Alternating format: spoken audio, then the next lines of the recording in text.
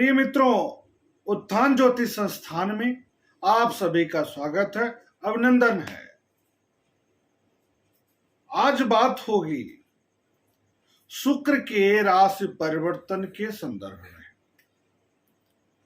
शुक्र भोग के कारक हैं, विलास के कारक ग्रह हैं, ऐश्वर्य के कारक ग्रह हैं, ग्लैमर के कारक ग्रह हैं, चमक के कारक ग्रह हैं, आकर्षण के कारक ग्रह हैं, प्रेम के कारक ग्रह हैं, सौंदर्य के कारक ग्रह हैं। वृष और तुला राशि के स्वामी ग्रह हैं। कन्या में नीच के तो मीन में उच्च के रहते हैं। यही महत्वपूर्ण स्थितियां इनकी बनती है। वर्ष में एक बार ये तुला राशि में स्वग्रही स्थिति में होते हैं, और जब कोई ग्रह अपनी राशि में गोचर करेगा अथवा मूल कुंडली में विद्यमान होगा तो वह अपने प्रभावों में संपूर्णता प्रदान करेगा। यही स्थिति होने जा रही है शुक्र महाराज के साथ। शुक्र महाराज तुला राशि में स्वग्रही स्थिति में जा रहे हैं। बुध की राशि कन्या को छोड़ करके 5 सितंबर 2021 को सूर्योदय के साथ ही ये प्रवेश कर जाएंगे तुला राशि में, जहां पर ये 2 अक्टूबर तक रहेंगे तो अपना संपूर्ण प्रभाव स्थापित करेंगे। शुक्र जिन लोगों की जन्म कुंडली में कारक होकर के मजबूत स्थिति में बैठे हैं, उस व्यक्ति में गजब का आकर्षण रहता है। वह व्यक्ति कहीं भी रहेगा तो अपना पहचान स्थापित कर लेगा।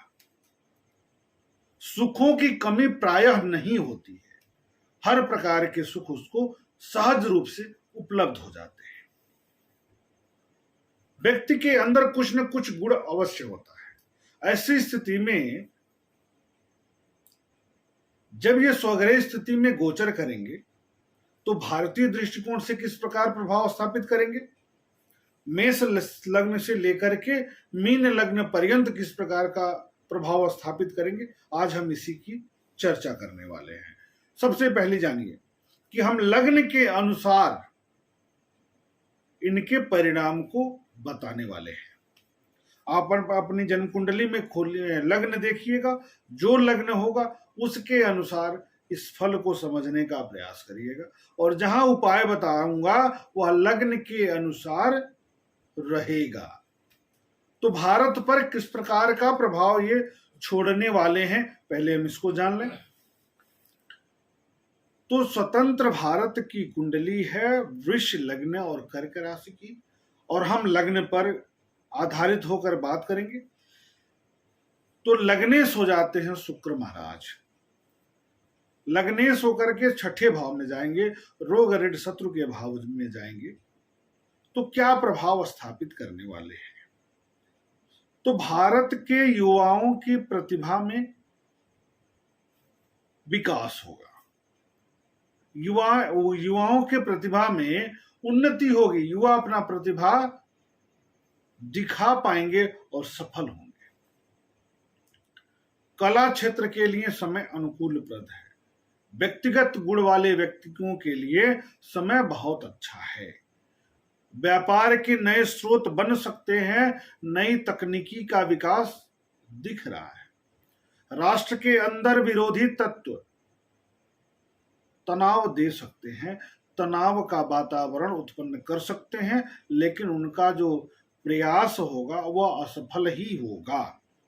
आम जनमानस का स्वास्थ्य थोड़ा सा तनाव दे सकता है। ऐसी स्थिति में सरकार को चाहिए कि कोविड से संबंधित निर्देशों का कड़ाई से पालन करवाए, और हम सब की जिम्मेदारी होनी चाहिए कि कड़ाई से उसका पालन करें। राष्ट्र अपना वर्चस्व बढ़ाने में सफल होगा। विश्व स्तरीय वर्चस्व बढ़ने की स्थिति दिख रही है। विदेश से आर्थिक गतिविधियों के लिए समझौता इस बीच में हो सकता है। महिलाओं की दृष्टि से बात करें तो समय बहुत अच्छा नहीं है।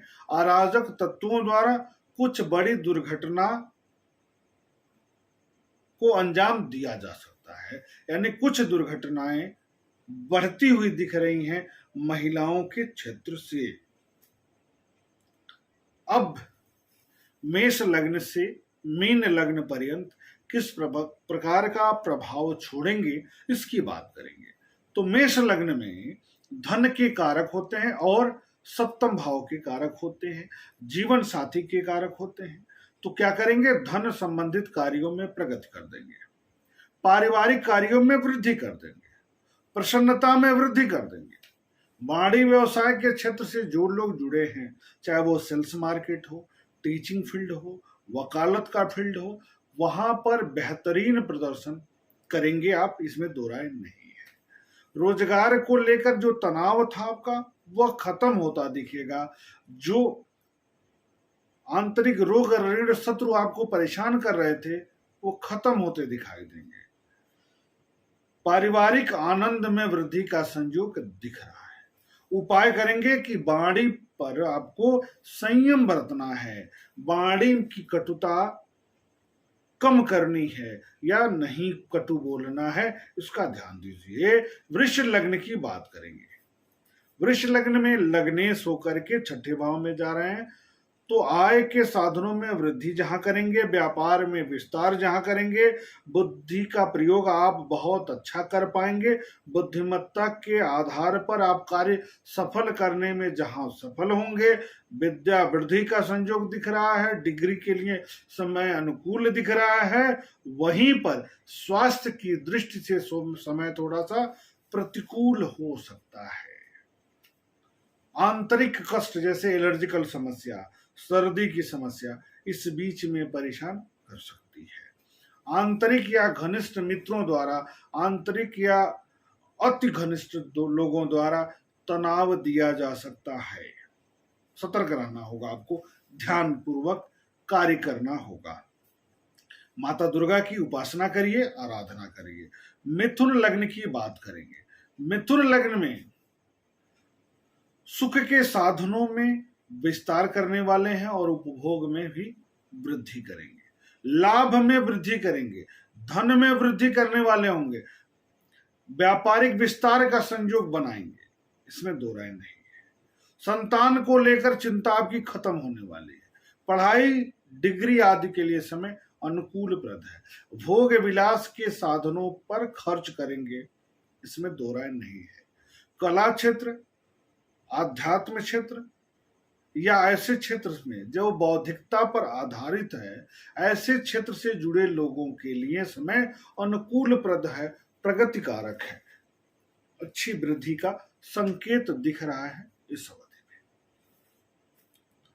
कर्क लग्न की बात करेंगे। कर्क लग्न में आय सुखेश होते हैं, सुख भाव में जा रहे हैं, तो सुख के साधनों में वृद्धि करेंगे, आय के साधनों में वृद्धि करेंगे, लाभ के साधनों में वृद्धि करेंगे, सुख के संसाधनों में गृह और वाहन सुख में वृद्धि करेंगे, सम्मान में वृद्धि करेंगे, पद प्रतिष्ठा में वृद्धि करेंगे, माता के स्वास्थ्य में वृद्धि करेंगे, व्यापार में वृद्धि करेंगे, दाम्पत्य जीवन में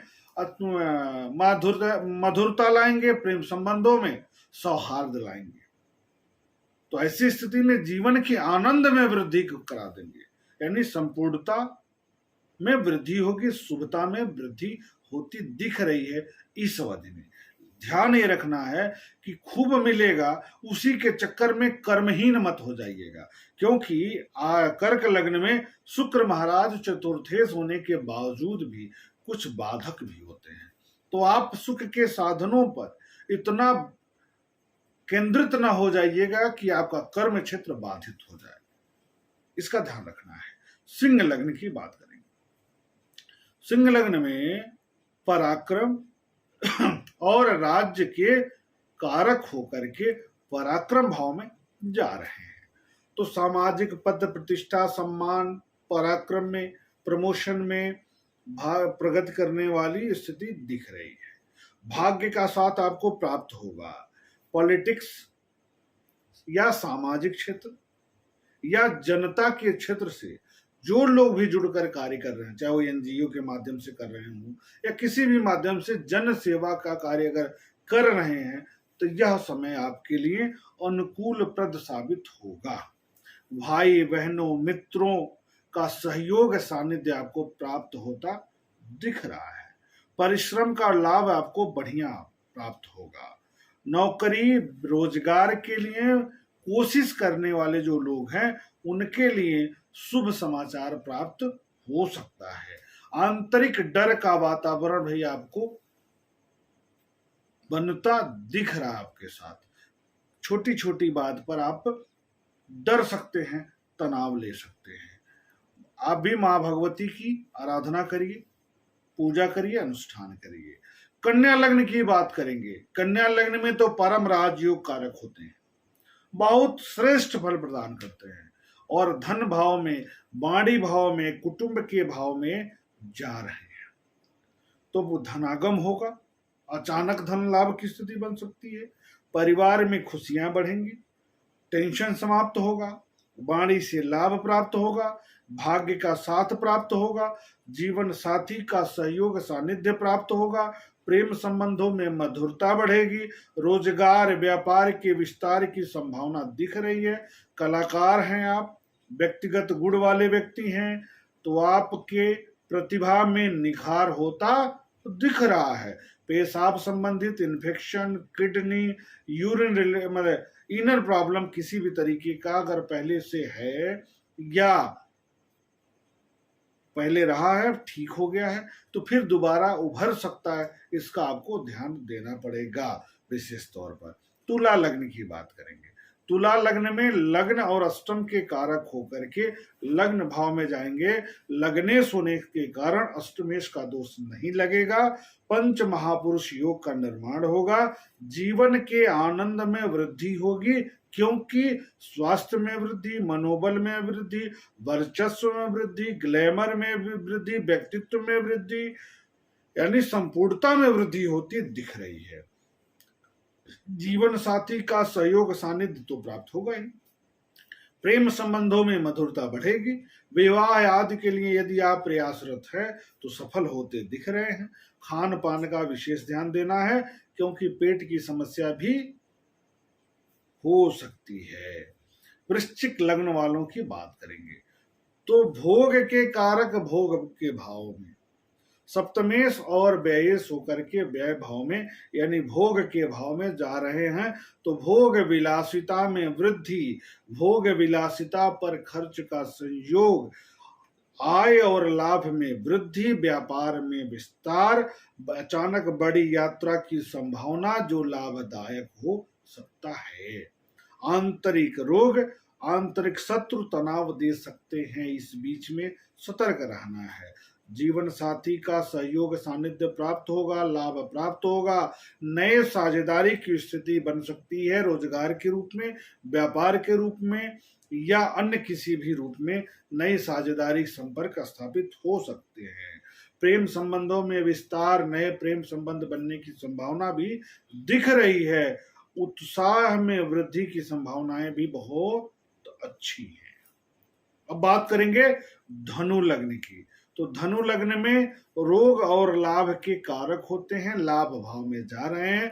धनु लग्न में बहुत अच्छा परिणाम प्रदान नहीं करते शुक्र महाराज, फिर भी स्वगृही होकर के लाभ भाव में जा रहे हैं। ऐसी स्थिति में आय के साधनों में वृद्धि, परिश्रम एवं कार्यों का पूर्ण लाभ आपको प्राप्त होगा। सुख एवं सुख के संसाधनों में वृद्धि के संकेत दिख रहे हैं। पढ़ाई, अध्ययन, अध्यापन से जुड़े लोगों के लिए समय अनुकूलप्रद है।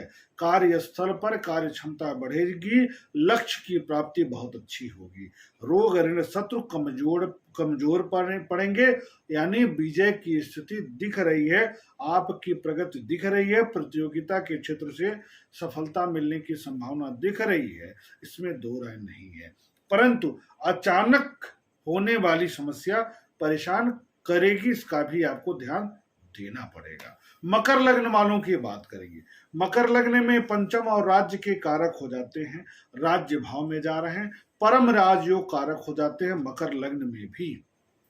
यहां आपको पंच महापुरुष योग का लाभ मिलेगा क्योंकि केंद्र भाव में होगा, दशम भाव में शुक्र रहेंगे। ऐसी स्थिति में आपको श्रेष्ठ पंच महापुरुष योग का लाभ होता दिख रहा है। क्या क्या होगा?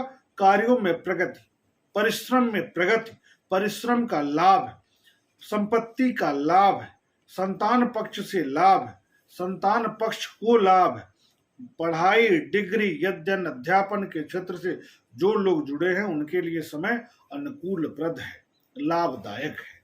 कम परिश्रम के बाद भी भाग्य का साथ अच्छा होता दिख रहा है, यानी भाग्यशाली अपने आप को आप महसूस करिए। पिता एवं उच्च अधिकारियों का सहयोग प्राप्त होगा, सानिध्य प्राप्त होगा, आशीर्वाद प्राप्त होगा, भ्रमण की स्थिति बनेगी, भोग की स्थिति बनेगी, आपके सामाजिक दायरे में वृद्धि का संकेत दिख रहा है, गृह और वाहन सुख में प्रगति की स्थिति दिख रही है। कलात्मकता में वृद्धि, माता का सहयोग सानिध्य आपको प्राप्त होगा। आप हीरा या ओपल रत्न धारण करके इनके शुभताओं में वृद्धि कर सकते हैं। अब बात करेंगे कुंभ लग्न की। कुंभ लग्न में सुखेश भाग्येश हो जाते हैं, तो यहां भी परम राजयोग कारक हो गए, यहां भी लाभदायक हो गए, भाग्य भाव में जा रहे हैं। तो क्या क्या करने वाले हैं? भाग्य में वृद्धि कर देंगे। भाग्य से जुड़े जो भी कार्य हैं उसमें खूब सफलता देंगे। शेयर मार्केट हो गया, वहां पर आपको अचानक लाभ दिखा सकते हैं। धनागम में वृद्धि के संकेत दिख रहा है। परिवार में कुछ नया कार्य होगा, सकारात्मक वृद्धि की संभावना दिख रही है। संपत्ति का लाभ आपको प्राप्त होगा। माता के स्वास्थ्य में वृद्धि होगी। गृह एवं वाहन सुखों में वृद्धि होगी।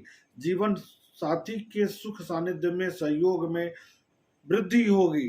प्रेम संबंधों में वृद्धि होगी। मधुरता, प्रेम में मधुरता बढ़ेगी, सहयोग बढ़ेगा, साझेदारी में वृद्धि होगी, परंतु आंतरिक डर की स्थिति बनेगी। छोटी छोटी बात पर आप अंदर से थोड़ा सा कमजोर महसूस करेंगे अपने आप को। इसके लिए नीलम रत्न धारण करिए, हीरा या ओपल धारण करना आपको लाभदायक होगा, आपको लाभ प्रदान करेगा। बहुत बढ़िया। मीन लग्न की बात कर लें, अंतिम लग्न की बात करेंगे। तो मीन लग्न में बहुत शुभ फल प्रदायक नहीं होते शुक्र महाराज। क्यों? क्योंकि अष्टमेश होते हैं। अष्टमेश होने के कारण, तृतीयेश होने के कारण बहुत अच्छा लाभ नहीं दिखाते। ऐसी स्थिति में व्यापार रोजगार में तनाव के साथ प्रगति होगी, लेकिन रुक रुक कर होगा, अवरोध के साथ होगा। मानसिक तनाव का स्तर जो होगा थोड़ा सा बढ़ेगा इस बीच में। भाई बंधुओं मित्रों से कष्ट हो सकता है वो साथ ना दें समय पर, तो आपका मन में दुख हो जाए उनके प्रति, ऐसी स्थिति बनेगी। स्वास्थ्य को लेकर चिंता की स्थिति बनेगी। इनर इन्फेक्शन, पेशाब संबंधी समस्या, यूटीआई इत्यादि की समस्या आपको परेशान कर सकती है। पारिवारिक तनाव परेशान कर सकता है। फैशन पर खर्च बढ़ेगा। एलर्जी की समस्या के कारण झल्लाहट में वृद्धि होगी। हाँ, अष्टमेश के अष्टम भाव में जाने के कारण विपरीत राजयोग बनेगा, तो उम्र में वृद्धि जरूर होगी। समस्याएं आएंगी तो, लेकिन शीघ्र ही समाप्त भी हो जाएंगे। धन की दृष्टि से यह परिवर्तन अच्छा होगा। अचानक धन लाभ का भी संयोग दिख रहा है, बन रहा है। उपाय करना पड़ेगा आपको, तो माता दुर्गा की उपासना करना है। उपाय करने में माँ भगवती के मंदिर में जाइए, सफेद या क्रीम कलर की मिठाई चढ़ाइए, मिश्री का भोग लगाइए, खीर का भोग लगाइए। खीर का भोग शुक्रवार के दिन कन्याओं को खिलाइए, प्रसाद वितरित कीजिए। इससे आपके जीवन में संपूर्णता प्राप्त होगी और जीवन के आनंद में वृद्धि होगी, शुभता में वृद्धि होगी। इसी कामना के साथ एक बार पुनः आप सभी को जन्माष्टमी की खूब बधाई। भगवान श्री कृष्ण का शुभ आशीर्वाद प्राप्त हो, कन्हैया का शुभ आशीर्वाद आप सभी को प्राप्त हो, इसी कामना के साथ जय हिंद, जय भारत। बहुत बहुत धन्यवाद।